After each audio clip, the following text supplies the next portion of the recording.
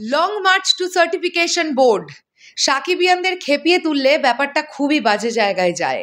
আর আমরা তো এটা কিছুতেই মেনে নিতে পারছি না যে বরবাদের ওপরে কাঁচি চালানো হচ্ছে।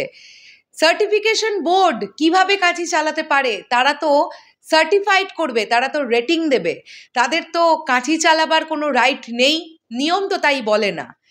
কিন্তু সাকিবিয়ানদের এত পরিমাণ খেপিয়ে তুলেছে গত কয়েকটা দিন ধরে বরবাদ টিম যেভাবে এই যুদ্ধের সঙ্গে যুঝছে, ফাইনালি আগামীকাল সাকিবিয়ানরা মাঠে নামছে প্রতিবাদ করতে, আন্দোলন করতে। হ্যালো আমার সাকিবিয়ান ভাইরা বোনেরা, চলে এলাম আরও একটা নতুন ভিডিও নিয়ে। এটা একটা অ্যানাউন্সমেন্ট ভিডিও বলতে পারো। যারা এই এলাকার এক্স্যাক্টলি সার্টিফিকেশন বোর্ডের ধারে কাছে যারা থাকো, আমি বলবো যে তোমরা একত্রিত হও। কিন্তু হ্যাঁ, যে আন্দোলনটাই হবে না কেন, একটা জিনিসই মাথায় রাখতে হবে, আমাদের মেগাস্টারের সম্মানচ্যুতি যেন না হয় কোনোভাবে যেন আমরা আবেগের বশবর্তী হয়ে এমন কিছু করে না ফেলি যাতে করে সাকিবিয়ানদের ওপরে আঙুল তুলে বলা যেতে পারে যে সাকিবিয়ানরা এরকমই হয়, ওরা আবেগের বশবর্তী হয়ে এক্সট্রিম লেভেলে কিছু করতে পারে। যেটাই আমরা করব সেটা কিন্তু আমাদের বুঝে শুনে করতে হবে, কেননা আমাদের ওপরে ডিপেন্ড করছে মেগাস্টারের মান সম্মান, এটা মাথায় রাখতে হবে। তো একটা পোস্ট আমরা পেয়েছি, সেই পোস্টে একদম পড়ে ফেলি। এক দফা এক দাবি, বরবাদকে আনকাট রিলিজ দিতে হবে। সেন্সার সিস্টেম বাদ দিয়ে সার্টিফিকেশন সিস্টেম চালু করা হয়েছে, তারপরেও কেন সিনেমায় কাঁচি চালানো হবে? আপনারা দরকার হয় অ্যাডাল্ট সার্টিফিকেট দিন, কিন্তু কাটিং কেন করবেন? এটা সম্পূর্ণ অযৌক্তিক। এই অযৌক্তিক কর্মের প্রতিবাদ স্বরূপ আগামীকাল সার্টিফিকেশন বোর্ডে সাকিবিয়ানদের মানবন্ধন কর্মসূচি পালিত হবে। যারা ঢাকায় আছেন এই প্রতিবাদে অংশগ্রহণ করার আহ্বান জানাচ্ছি। 2017 সালে যেভাবে রাস্তায় নেমেছিলাম, সময় এসেছে অন্যায়ের বিরুদ্ধে আরও একবার রুখে দাঁড়ানোর। Location 112 circuit house road, Ramna, Dhaka 1000।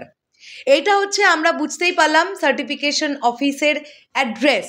এবং সে তার সামনেই, এই অফিসের সামনেই সকাল 10টা থেকে সাকিবিয়ানরা একটা জমায়েত করার প্ল্যান করেছে।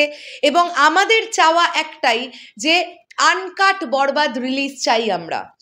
ইতিমধ্যেই জানতে পারা গেল যে ছবির 12 মিনিট অংশ কেটে দিতে বলেছে এবং অতি শীঘ্রই বরবাদ টিমকে আবার সেই কাট ভার্সন জমা করতে বলেছে। আগামীকাল সার্টিফিকেশন বোর্ড সেই ভার্সন দেখবে এবং দেখার পরে যদি তাদের মনে হয় যে ঠিক আছে, তাহলে তারা আগামীকালই সেন্সার সার্টিফিকেট প্রদান করবে বরবাদ টিমের কাছে। কিন্তু সেটা কিন্তু হবে কাট সেন্সার সার্টিফিকেট, আনকাট কিন্তু নয়। অলরেডি বরবাদ টিম, তাদের কাছে এই অর্ডার এসেছে যে এই সিনগুলো কাটতে হবে। কথা একটাই, যদি সার্টিফিকেশন বোর্ডই হয় তাহলে অ্যাডাল্ট সার্টিফাই করুন, আপনারা সিনেমাটাকে এ সার্টিফিকেট দিয়ে দিন, কোনো প্রবলেম নেই তাতে। যদি আপনারা মনে করছেন যে প্রাপ্তবয়স্ক ছাড়া এই সিনেমা দেখতে পারবে না, তাহলে এ সার্টিফিকেট দিন। আপনারা তো কিছুদিন আগে বাংলাদেশে ভয়াল বলে একটি সিনেমাকে 18+ সার্টিফিকেট দিয়েছেন, দেননি? তাহলে বরবাদের ক্ষেত্রে এমন কি হলো যে আপনারা অ্যাডাল্ট সার্টিফিকেট দিতে পারছেন না? কেন এই সিনেমাটার ওপরে কাঁচি চালাচ্ছেন? কেন? আপনাদের আসল চাওয়াটা কি? বরবাদ ব্যবসা না করতে পারুক? তো সাধারণ জনতা খেপে গেলে কিন্তু খুব খারাপ হয়। আর বাংলাদেশে পার্সেন্টেজ যদি হিসেবে ধরি, তাহলে আমি এটা মনে করি 65 to 70% সাকিবিয়ান।